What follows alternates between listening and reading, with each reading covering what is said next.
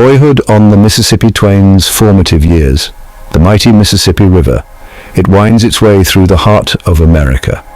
For young Samuel Clemens, born in 1835 in Florida, Missouri, it was more than just a river. It was a playground, a classroom, a source of endless fascination. This river would shape his life and his writing.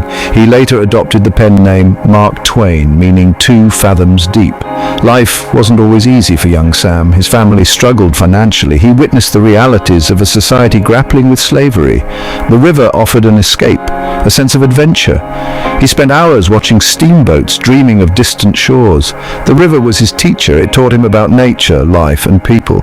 It instilled in him a love for storytelling and a sharp wit. The Mississippi was the backdrop of his youth and his writing. From river pilot to prospector, a life adrift. Tragedy struck when Clemens was just 11 years old. His father died, leaving the family in financial hardship. Sam left school to support his family. He worked as a printer's apprentice, learning the craft. The lure of the river proved too strong to resist. Clemens became a licensed steamboat pilot. The Civil War ended his piloting career. He headed west, caught up in the Silver Rush. He began writing humorous sketches, adopting the pen name Mark Twain. Striking literary gold, The Frog That Made Twain Famous. In 1865, a short story published in a New York weekly catapulted Mark Twain to literary fame. The celebrated Jumping Frog of Calaveras County was a humorous tale drawing on Twain's experiences in the American West. It told the story of Jim Smiley, a man obsessed with gambling, and his trained jumping frog, Daniel Webster. The story's humor, told in Twain's distinctive vernacular style, resonated with readers across the country. The story's success marked a turning point in Twain's career. It established him as a humorist of national renown. Tom Sawyer and the American Boyhood. Building on the success of The Jumping Frog, Twain published The Adventures of Tom Sawyer in 1876. The novel, set in the pre-Civil War Mississippi River town of St. Petersburg, was a nostalgic and often humorous portrayal of boyhood adventures. Tom Sawyer, the mischievous and imaginative protagonist, became an instant literary icon embodying the spirit of childhood adventure. Tom Sawyer was more than just a children's adventure story. Beneath the surface of boyhood escapades, Twain wove in subtle social commentary. He touched upon the hypocrisy of adult society, the rigid social norms of the time, and the enduring power of childhood imagination.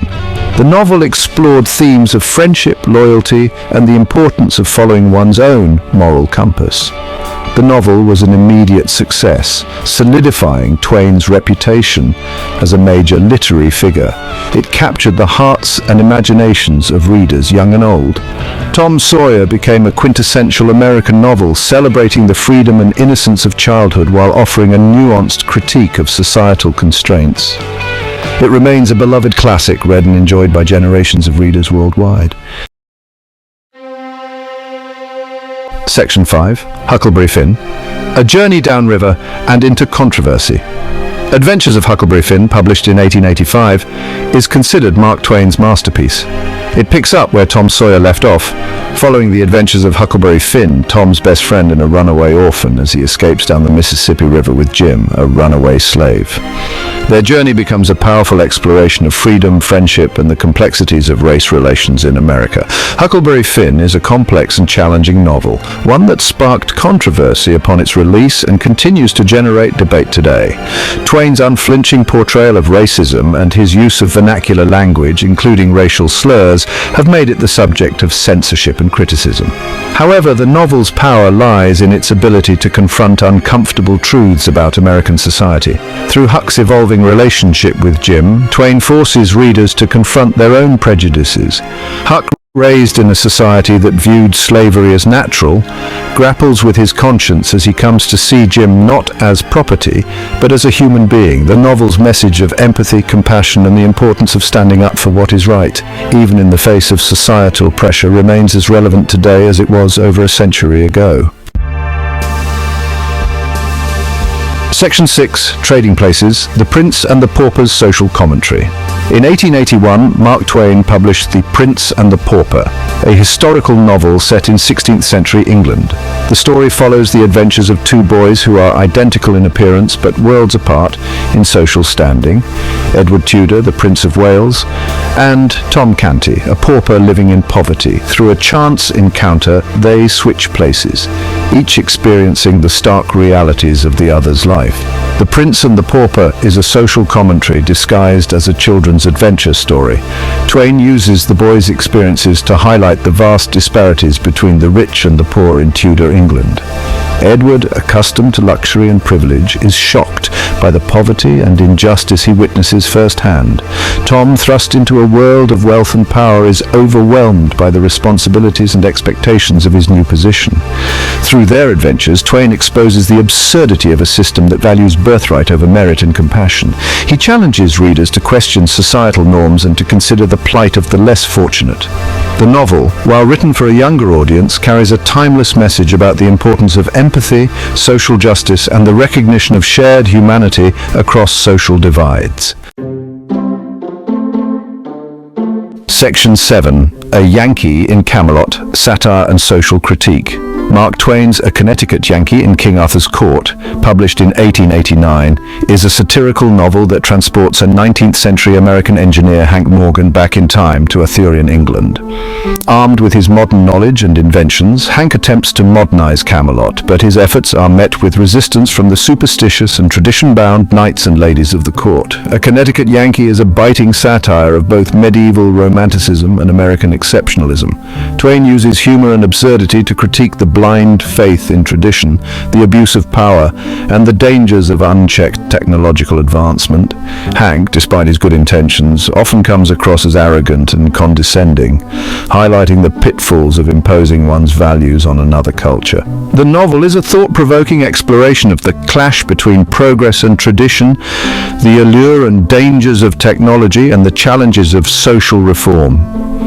Twain's sharp wit and satirical voice shine through, prompting readers to question their own assumptions about history, society, and the nature of progress. Section 8, Life on the Mississippi, Reflections on a Bygone Era. In 1883, Mark Twain published Life on the Mississippi, a semi-autobiographical work that blended personal reminiscences of his time as a steamboat pilot with reflections on the changing nature of the river and the South. The book is a nostalgic yet unsentimental look back at a bygone era, capturing the rhythms and characters of life on the Mississippi River before the Civil War. Twain's love for the river and his deep knowledge of its ways are evident throughout the book. He vividly describes the sights, sounds, and smells of life on the water, from the bustling river ports to the quiet stretches of wilderness. He recounts tales of his fellow rivermen, colorful characters with their own unique stories and perspectives. Life on the Mississippi is more than just a memoir. It's a meditation on the passage of time, the transformative power of experience, and the enduring allure of the river. Twain's reflections on the changes he witnessed, both personal and societal, give the book a poignant and timeless quality. Section 9, The Shadowed Twilight, Personal Tragedies and Literary Resilience. Mark Twain's later years were marked by personal tragedies and financial setbacks. The deaths of his wife and two of his daughters cast a shadow over his life, deepening his already cynical view of human nature. Financial mismanagement and failed business ventures added to his woes, forcing him into bankruptcy. Despite these hardships, Twain continued to write, his later works often reflecting a darker, more pessimistic tone. He explored themes of loss, grief, and the futility of human endeavor. His humor, while still present, took on a sharper, more satirical edge. Even in his darkest works, however, Twain's humanity and his insightful observations on the human condition shine through. He never lost his ability to connect with readers on a fundamental level, to make them laugh, to make them think, to make them feel. Section 10, Enduring Legacy, Mark Twain's America and Beyond. Mark Twain, the boy from Hannibal, Missouri, who dreamed of adventure on the Mississippi River, became one of America's most enduring literary icons. His novels and stories, filled with humor, satire, and social commentary, captured the spirit of his age and continue to resonate with readers today. Twain's influence on American literature is immeasurable. He broke new ground with his use of vernacular language, bringing a sense of realism and authenticity to his writing. He tackled complex social issues with humor and insight, challenging readers to confront uncomfortable truths about their society. His characters, from Tom Sawyer to Huckleberry Finn, have become ingrained in the American consciousness, representing the spirit of adventure, the search for identity, and the struggle for freedom and justice.